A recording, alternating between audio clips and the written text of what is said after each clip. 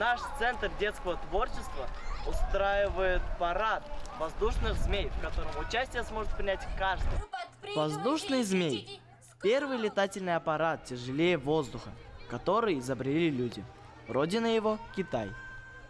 Мне тут понравилось, что тут воздушные змеи летали. Для гостей и зрителей праздника выступили творческие коллективы центра. По периметру территории разместили тематические площадки.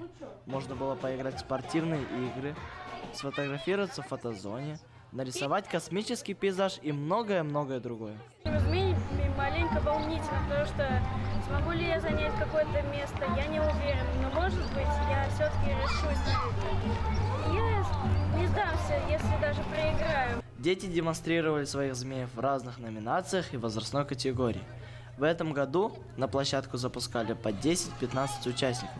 В общей сложности в небо взмыло около 100 змеев. Во мне бушует радость, счастье этого дня, так как мы еще и заняли 3-е место в Космос-квесте.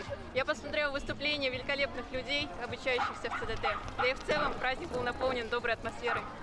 Да, мне очень понравилось, было так энергично. Особенно понравилось танцевать и пить. Вот таким красочным оказался наш сегодняшний Сибай.